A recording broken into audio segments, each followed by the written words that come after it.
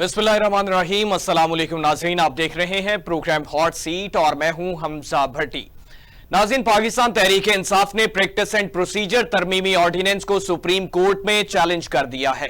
Chairman PTI barrister Gohar Ali Khan की जानिब से दायर दरखास्त में विफाक, वजारत कानून और सेक्रेटरी सदर ममलकत को फरीक बनाया गया। मौक़िफ़ इख्तियार किया गया कि प्रैक्टिस एंड प्रोसीजर तरमीमी ऑर्डिनेंस बुनियादी हकूक और आइन के मनाफी है। तरमीमी ऑर्डिनेंस अदलिया की आजादी सल्ब करने के मुतरादिफ है। प्रैक्टिस एंड प्रोसीजर तरमीमी ऑर्डिनेंस को कलअदम करार दिया जाए। दरखास्त पर हतमी फैसले तक नई जजेस कमेटी को बेंचेस की तश्कील से रोका जाए।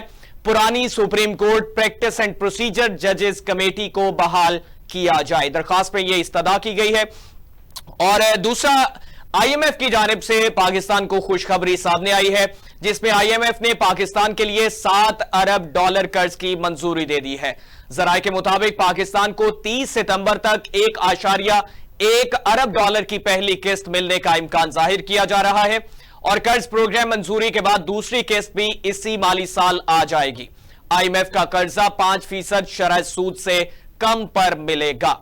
और इसके साथ साथ जो विफाकी वजीर हैं अताउल्लाह तारड़ साहब, उन्होंने कहा कि एक वक्त था जब पाकिस्तान के डिफॉल्ट की बातें हो रही थी।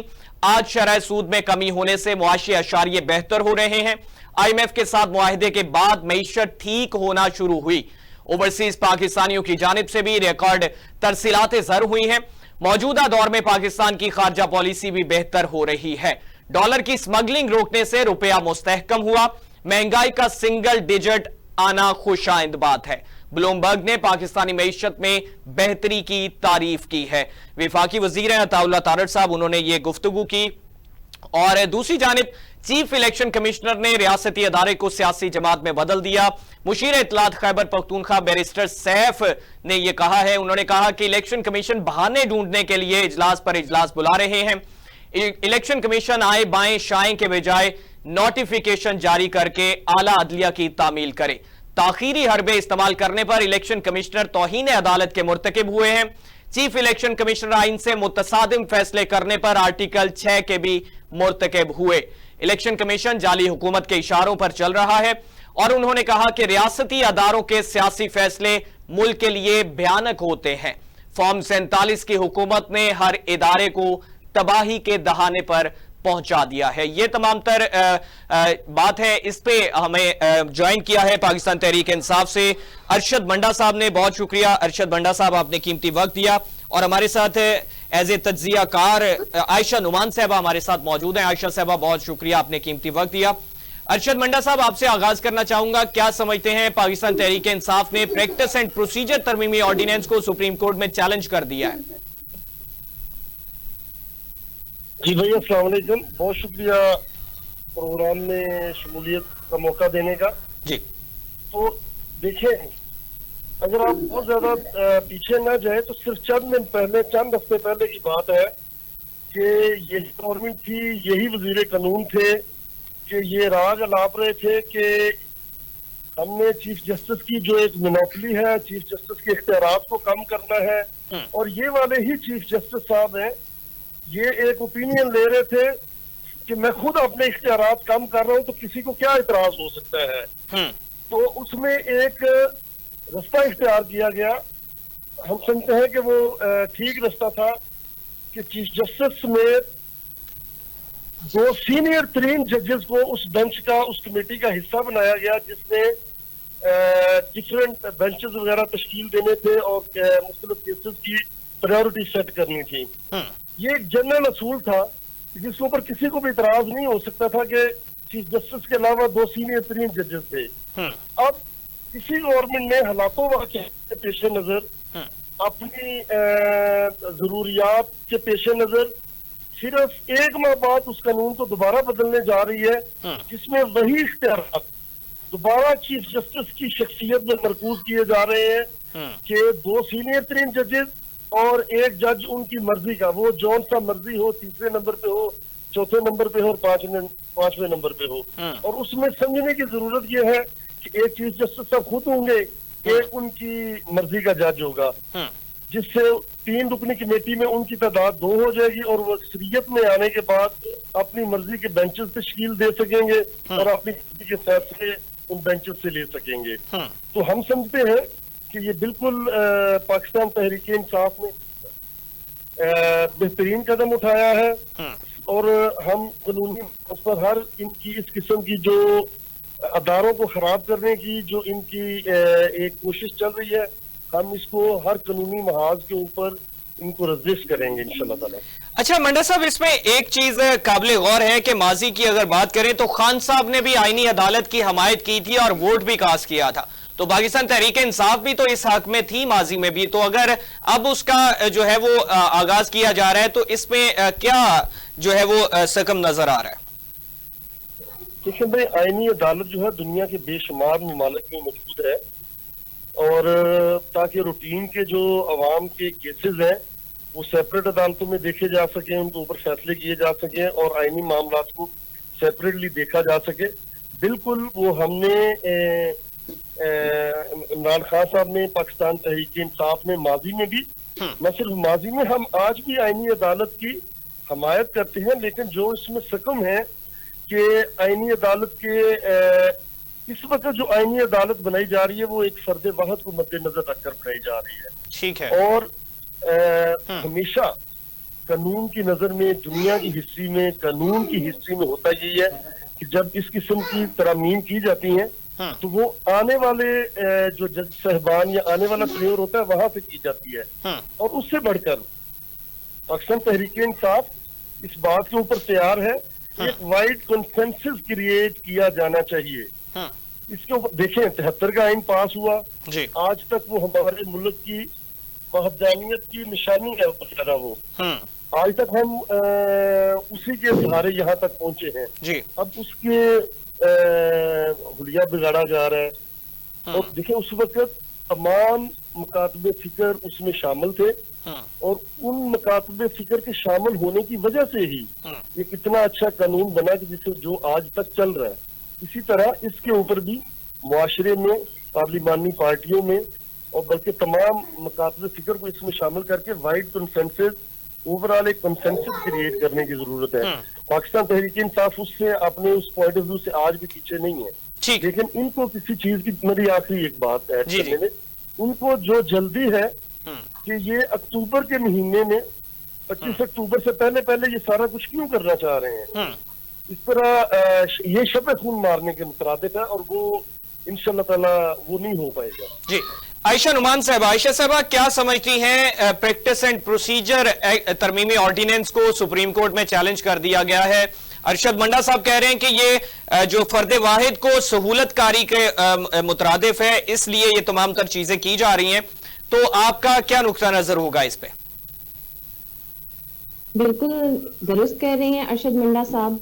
देखिए, अभी अगर ये ऑर्डिनेंस लाया जा रहा है, आईनी तरमीम की जा रही है, तो अभी इस वक्त इसकी जरूरत क्या है? जब आपके सुप्रीम कोर्ट के जजेस जो हैं फैसला दे रहे हैं एक सियासी जमात के हक में, वहां से जो है सीटें इनके हाथ से निकलती हुई नजर आ रही हैं और बेनिफिशरी जो है वो आपको मौजूदा हुकूमत नजर नहीं आ रही, ये निजाम बोलता हुआ नजर आ रहा है, तो फिर हम कैसे कह सकते हैं कि आईनी अदालत का कयाम जो है वो इस वक्त पाकिस्तान के अवाम के और पाकिस्तान के आइन के लिए बहुत ज्यादा जो है वो फायदेमंद साबित होगा।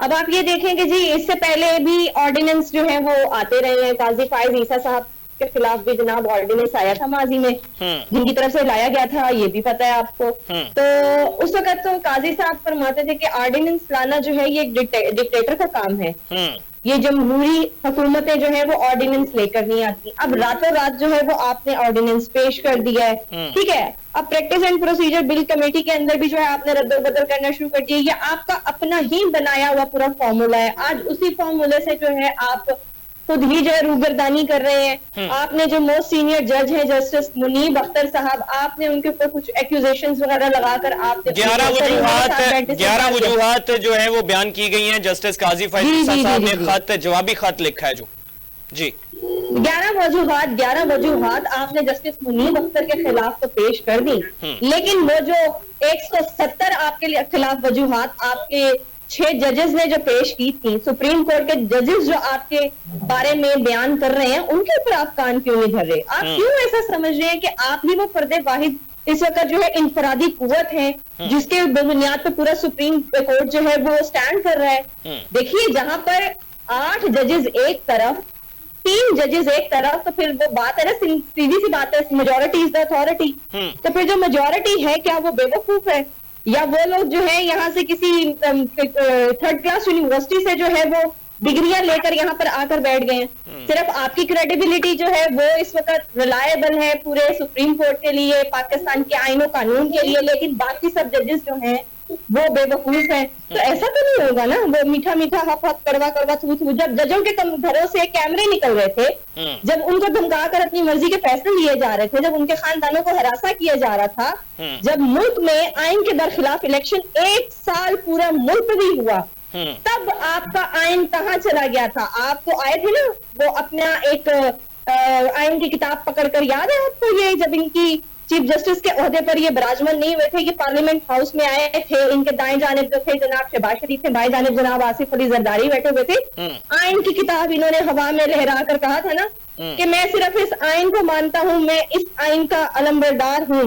बताइए, क्या अलंबरदारी की आपने? किस तरह से आपने अपनी आइन को जो है वो आपने तहफ्फुज दिया?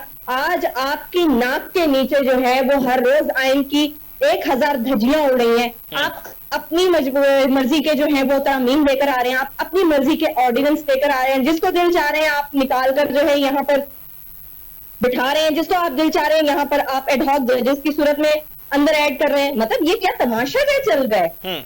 मैं आपको सीधी और साफ बात बोलूंगी कि इस वक्त पाकिस्तान का इदारा, सबसे बड़ा इदारा, एक वाहिद ऐसा इदारा जिसके ऊपर पूरी कौम की से उम्मीदें वाबस्ता हैं, जिसकी तरफ कौम देख रही है, और जहां पर बहुत से जजेस ने स्टैंड लिया हुआ है मेरिट की बुनियाद पर, हक की बुनियाद पर, वहां पर जो है आज काजी फाइज ईसा साहब सिर्फ अपनी मोनोपली जो है उसको कायम करने के चक्कर में पूरे के पूरे इदारे से इत्तेमाद अवाम का खो रहे हैं। और दूसरी तरफ ये कि आपकी अपनी क्रेडिबिलिटी भी जो है इस वक्त शदीद खतरे में है। अच्छा आयशा साहब, एक स्टेटमेंट यहाँ पे काबिले गौर है जो बैरिस्टर गोहर साहब की स्टेटमेंट सामने आई है। उन्होंने कहा कि प्रैक्टिस एंड प्रोसीजर तरमीमी ऑर्डिनेंस बुनियादी हुकूक और आइन के मुनाफी है।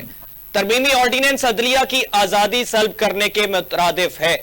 तो माजी में अगर आईनी अदालत के हक में पाकिस्तान तहरीक इंसाफ थी तो ये मामला तो तब भी उसमें शामिल होने चाहिए, या यहाँ पे ये कहना चाहिए कि मौजूदा सूरत हाल के मुताबिक ये सूट नहीं करती है, ये नहीं कहना चाहिए कि ये हुकूक और आइन के मुनाफी है? अगर है तो फिर आपने माजी में वोट क्यों दिया? नहीं, देखिए Osama, you need to understand there is too much difference between both of the circumstances. ठीक है, अब आप ये देखिए, माजी में जब आईनी तरमीम ये करने जा रहे थे उसके क्लॉजेस क्या थे, इन्होंने किस आर्टिकल में क्या जो है वो इन्होंने तब्दीली लेकर आ रहे थे। सबसे पहली चीज तो ये, अब ये जो इनका एक मुजव्वजा जो एक मुसव्वदा जो है ये इनका एक लीक आउट हुआ था जो कि मिल ही नहीं था, खैर से आजम नजीर तारड़ साहब के पास भी बहुत ज्यादा देर से पहुंचा था। ये नवाज शरीफ साहब को तो पता ही नहीं था कि भाई मुसव्वदा है क्या। अब जहां से भी आना था आपने उसकी शिकें पढ़ी होंगी, बल्कि मैंने क्या पूरे पाकिस्तान में पढ़ी हैं, और वो शिकें पढ़कर पाकिस्तान का जो तबका है, चाहे वो सहाफती तबका है, चाहे वो सियासी तबका है, चाहे वो अवामी तबका है, वो जिस तरह से लर्ज उठाए ना, आप देखिए इनके अपने MNAs उस हमायत में नहीं थे उस आईनी तरमीम के। जो शिकें थी उनको पढ़कर जो तरमीम ये करने जा रहे थे, ये तो सीधी सीधी जो है पाकिस्तान के 25 करोड़ अवाम की जो एक ताकत थी उसको छीन कर ये एक शख्स को देने जा रहे थे। और वो शख्स तो सिर्फ सामने वो कहते हैं ना, सरे आईना मैं हूँ, पसे आईना कोई और है। वो पसे आईना जो इसका बेनिफिशियरी था वो इससे बहुत बड़ा बेनिफिट लेने जा रहा था। देखिए, बात सिर्फ जो है ना काजी साहब की एक्सटेंशन तक नहीं थी, बात सिर्फ आईनी तरमीम तक भी नहीं थी, बात बहुत दूर तक जा रही थी। अगर आज ये आईनी तरमीम होती तो इसका जो तसलसल है ना, ये आपको सिर्फ मौजूदा दौरे हुकूमत में नजर नहीं आता, ये आपको ओवर डिकेड्स नजर आता। और फिर दूसरी चीज ये कि जब आप एक जानिबदारी से आईनी तरमीम करने की कोशिश करेंगे, जब आप पकड़ दकड़ कर बंदों को उठाकर, जनाब किसी की बेटी उठाकर, किसी की माँ उठाकर, किसी की बीवी उठाकर आप उनको जो है वो डाल देंगे, जिंदानों में डाल देंगे, और जनाब आप कहेंगे जी यहाँ पर साइन करो, आके यहाँ पे वोट डालो, तो उस वोट की, उस तरमीम की आईनी हैसियत क्या होगी? ठीक है अरशद मंडा साहब, अरशद साहब, IMF पाकिस्तान के लिए $7 अरब कर्ज की मंजूरी दे रहा है, और जराये के मुताबिक पाकिस्तान 30 सितंबर तक $1.1 अरब की पहली किस्त मिलने का भी इम्कान जाहिर किया जा रहा है।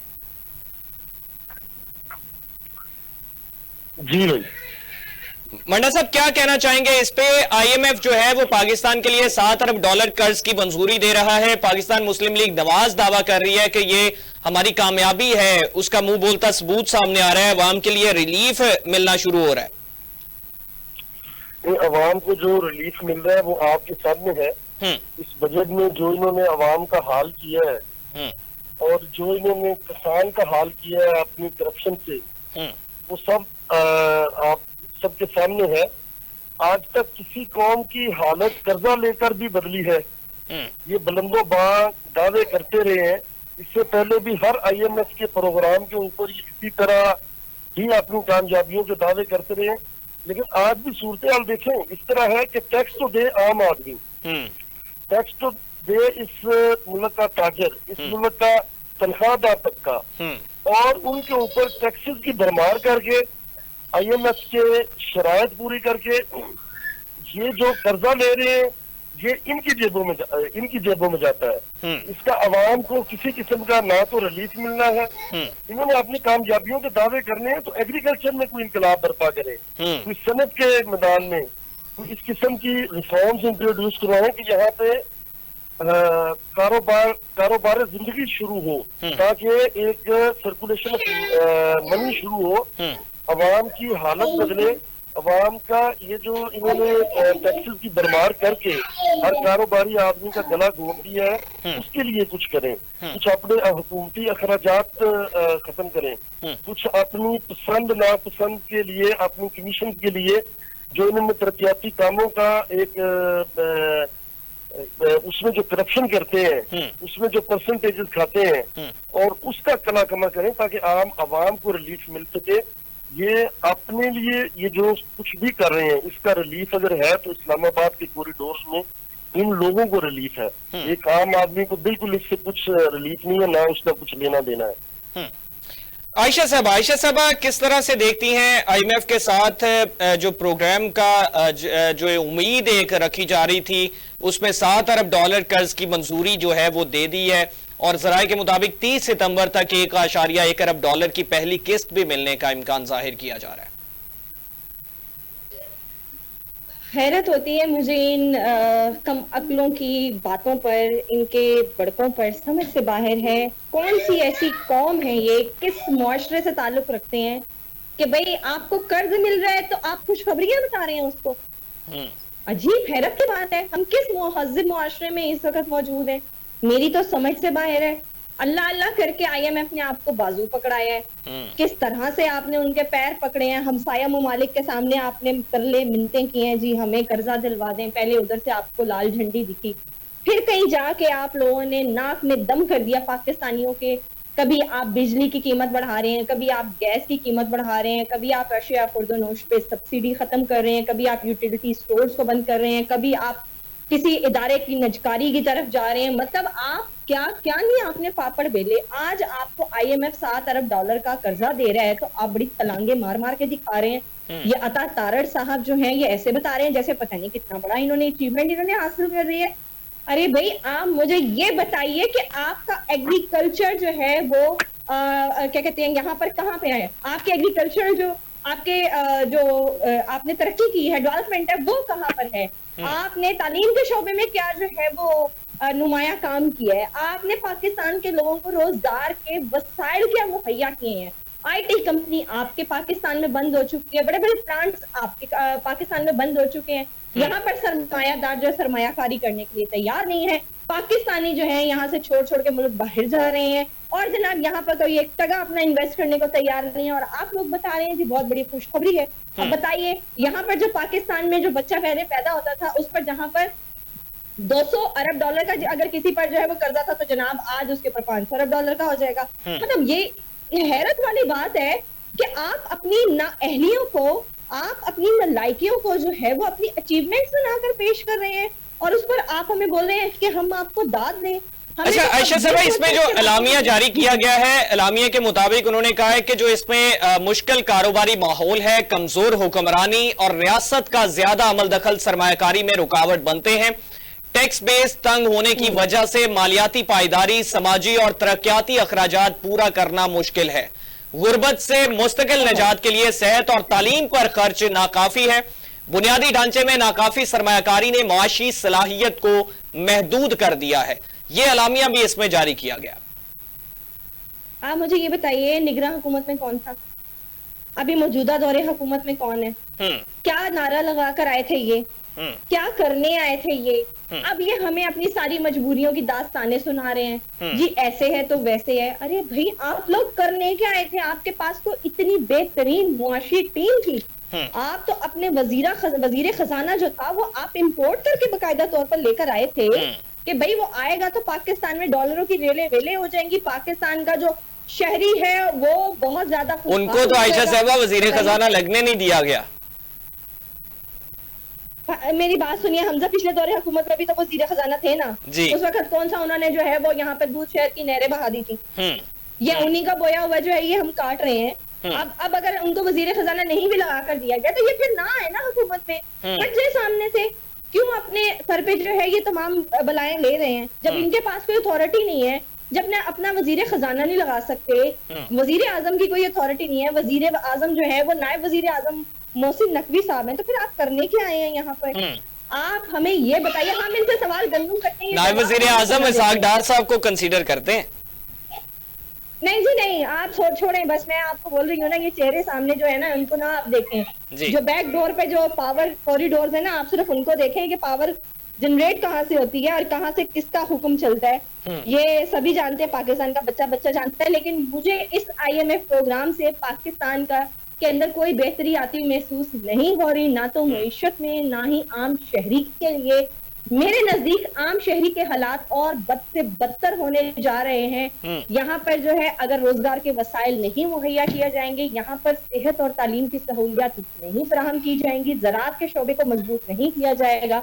आपका किसान देखिए किस तरह से रुलता रहा है। उसका मरियम साहबा किसान कार्ड जो है उसका इफ्तिताह करती हुई नजर आ रही हैं। ट्यूबवेल जो हैं उनके हवाले से शमसी तवानाई के जरिए वो कह रही हैं कि आप लोग करें, सोलर पैनल सिस्टम के वो जो है इफ्तिताह करती नजर आ रही हैं। मरियम साहबा तो काफी एक्टिव हैं, कहती हैं कि किसान जो है वो खुशहाल नजर आएगा। देखिए, मैं भी अभी 4-5 जगह जो है ना मैं यहाँ पर मुख्तस कर लेती हूँ अपने लिए, वहां पे फीते शीते लगा देती हूँ, मैं भी जाके कैंची पकड़ के काट देती हूँ। फीते काटने से क्या फर्क पड़ता है भाई? अवाम को उसका कुछ आउटपुट तो नजर आए ना, कुछ आउटकम तो नजर आए, कुछ प्रोडक्टिव होता हुआ तो नजर आए। आप निकलिए बाहर, लोगों से पूछिए। मरियम साहिबा जो है सिर्फ टिकटॉक की हद तक बयानात दे रही हैं। मरियम साहिबा सिर्फ जो है वो फोटोजेनिक, उनको जो है वो सियासत करने की पड़ी हुई है। ये नहीं होता, आपको ग्राउंड पर निकलना होगा। आप कहती हैं कि भाई मैं हाथ भी ना हिलाऊं और काम हो जाए, ऐसे नहीं होता, ये नहीं होगा, ये रवैये नहीं अपनाने होंगे। आपने अगर सिर्फ दूसरों की मिमिक्री करके, दूसरों को जो है वो कॉपी करके, इमिटेट करके आपने अगर तर्ज सियासत अपनी चमकानी है तो वो तो कोई भी कर सकता है। वो क्लाउनिश ये वाली सारी चीजें जो है ना ये कोई भी कर सकता है, मतलब भरमार है यहाँ पर ऐसे सियासतदानों की। आपको लीडर बन के आना होगा, आपको लीडरशिप अपनी जो है वो नुमाया करनी होगी। इस तरह से जो है आपने फीते काट लिए, आपने तख्तियां लगा दी। वो इनके वालिद साहब को भी बड़ा शौक है, इनके चचा साहब को भी बड़ा शौक है फीते लगाने का और तख्तियां वगैरह लगाने का। ये इनका पुराना जो है ना ये बहुत शौक है इस खानदान का। अरशद मंडा साहब कि पाकिस्तान के लिए क्या जी, अरशद मंडा साहब अताउल्लाह तारड़ साहब जो हैं वो कहते हैं कि एक वो वक्त था कि जब पाकिस्तान डिफॉल्ट होने की बातें हो रही थी, आज शरह सूद में कमी होने से मुआशी इशारे बेहतर हो रहे हैं और सिंगल डिजिट पे जो है वो आ चुकी है तमाम सूरत हाल। और क्या कहना चाहेंगे इस पे? वो फिर से PTI को जो है वो पॉइंट आउट करते नजर आ रहे हैं। पाकिस्तान को डिफॉल्ट होने की जो सिचुएशन है वो भी इन लोगों ने ही क्रिएट की थी। तारीख में कर्जे इन्हीं लोगों ने लिए हैं। यही वो लोग थे जिन्होंने इस सूरत हाल तक पाकिस्तान को पहुंचाया। ये जो इनका मौशत का चैंपियन जिस बंदे को गिनते हैं इसहाक डार ने, ये इन्होंने ही एक सिचुएशन क्रिएट की थी, बढ़ के मारी थी कि हम ये कर देंगे, हम वो कर देंगे। IMF के पास नहीं जाएंगे और उसके मुताबिक अपने इकदाम न कर सके, जिसकी वजह से इन्होंने ही वो एक मुआशरे में एक सूरत हाल क्रिएट करके फिर उसी IMF के पास जाकर ये जो आज वाली सूरत हाल है यही 2 साल पहले सूरत हाल थी कि उस वक्त भी इन्होंने इसी तरह शदाने बजाए थे कि हमने पता नहीं कौन सा पहाड़ सर कर ली है।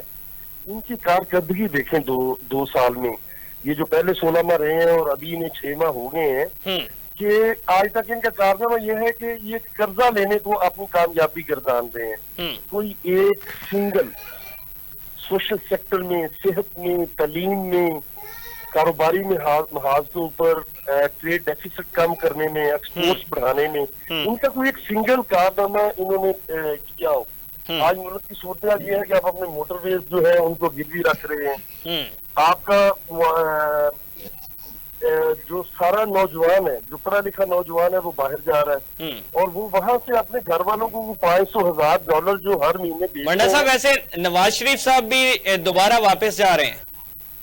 मैं उस तरफ भी आता हूँ। जी जी। तो आप उसको अपनी कामयाबी गर्दान दें। टेक्सटाइल यूनिट आपके बंद हो रहे हैं, बाकी सनती यूनिट बंद हो रहे हैं। एक वर्ल्ड बैंक से कर्जा लेके आप एशियन डेवलपमेंट बैंक को दे रहे हैं। ये जो कर्जा ले रहे हैं, ये कर्जा आप अपने कर्जों की रीपेमेंट में इस्तेमाल कर रहे हैं। तो सबसे पहली बात तो ये है कि आप कौन से सच क्यों नहीं बोलते कि हम मुआशी तौर पर हमने हर साल कितना कर्जा, कितने अरब डॉलर हमने वापस करना है और हम किस जगह पे खड़े हुए हैं।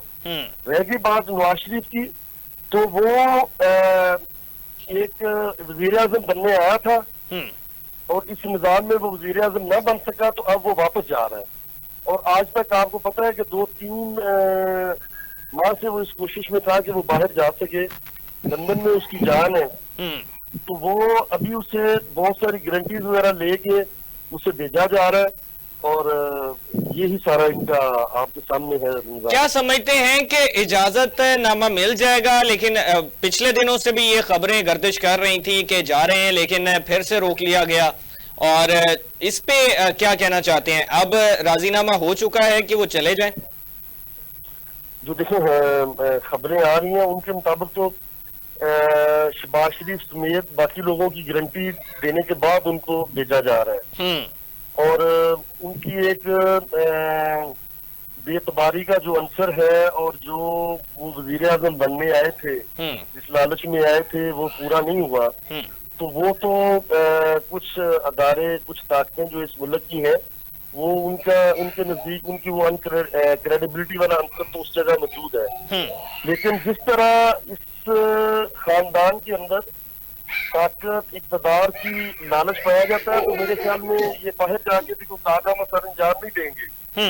अगर आप एक्सपेक्ट करता है कोई कि ये बाहर जाके कुछ सच बोलेंगे, इनका कुछ ज़मीर जाग जाएगा, बिल्कुल इस किस्म की बात जो है ना, इनसे एक्सपेक्ट करने की जरूरत नहीं है। लोगों को खदशा मौजूद है, अपनी नाराजगियां शायद जाके जाहिर कर सके माजी की तरह। बिल्कुल नाराज नहीं है ये लोग। अपना इक़्तिदार के लिए ही पाकिस्तान आते हैं। उसकी बेटी इक़्तिदार में है, उसका भाई इक़्तिदार में है और लूट सूट का इस पूरे तबके ने एक बाजार गर्म किया हुआ है। तो ये जो एक हाइट क्रिएट हुई हुई है कि ये बाहर जाके कुछ सच बोल देंगे, कोई इनसे अच्छे की उम्मीद है। वो कोई एक्सपेक्ट कर रहे हैं कि ऐसा नारा लगाया जाएगा, माजी में कहा गया मुझे क्यों निकाला, और अब ये कहा जाए कि मुझे क्यों नहीं लाए? कोई ऐसा नारा एक्सपेक्ट कर रहे हैं? नहीं जी, बिल्कुल नहीं। ये आप मेरे अल्फाज को नोट करें जी। ये बिल्कुल इस किस्म का नारा नहीं लगाएंगे और ना ही आप इनसे एक्सपेक्ट कर सकते हैं कि ये अपने ज़मीर की आवाज के ऊपर, इनके तो ज़मीर मुर्दा हो चुके हैं, ये अपने ज़मीर की आवाज के ऊपर लब्बाइक कहते हुए को हक सच बोलने की इनको तौफीक होगी। मैं तो फिर दोहरा के कह रहा हूँ, उन साहिबान की मर्जी से उसका भाई और उसकी बेटी जो है वो इक़्तिदार पे बैठे हुए हैं।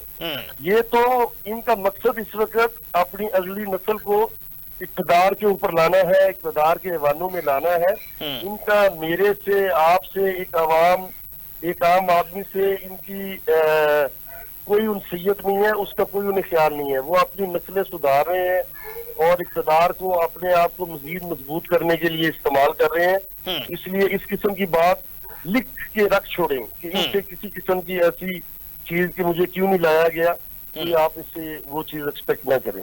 आयशा नुमान साहब, आयशा साहब आप किस तरह से देखती हैं नवाज शरीफ साहब दोबारा से पुरुमीद हैं वापस लंदन जाने के लिए? तिब्बी मुआयने का कहा जा रहा है कि तिब्बी मुआयने के लिए जा रहे हैं, तो क्या समझती हैं वो पुराने नारे से मिलता जुलता कोई नारा उजागर होगा या फिर जो है वो इसी तरह से जिस तरह से मंडा साहब कह रहे हैं कि गारंटियां ली गई हैं तो बस खामोश रहेंगे वहां पे? हमजा ये आए थे शॉर्ट विजिट पर ना, अपनी वेकेशंस एंजॉय करने आए थे, इलेक्शन खेलने आए थे। तो माशाल्लाह जिस दावे के साथ ये आए थे, कबूतर उड़ाए इन्होंने, बड़ा ही अच्छा काम किया, अवाम ने इनके तोते उड़ाए। अब जनाब इनका यहाँ पे रहना बनता नहीं है। अब बताइए, कभी मियाँ साहब को मरी भेज देते हैं, वहां जाकर ठंडी हवाएं लेते हैं मियाँ साहब, कभी अपने कारकुनों के साथ गिने चुने प्लांटेड कारकुनों के साथ कभी तस्वीरें बनाते हैं। मजा नहीं आ रहा दरअसल इनको ना, वो जो एक मियाँ साहब का एक मिजाज है ना, तर्ज सियासत है, तो वो समझ में नहीं आ रहा मियाँ साहब को इस वक्त। वो अथॉरिटी नहीं है मियाँ साहब के पास, कहने को हुकूमत तो इनकी है, लेकिन मियाँ साहब इस वक्त निहायत मजबूर है। मियाँ साहब एक नया नारा लॉन्च करना चाह रहे हैं, लेकिन क्या करें, शहबाज शरीफ साहब की मजबूरी है, फिर शहबाज शरीफ पांव पकड़ लेते हैं।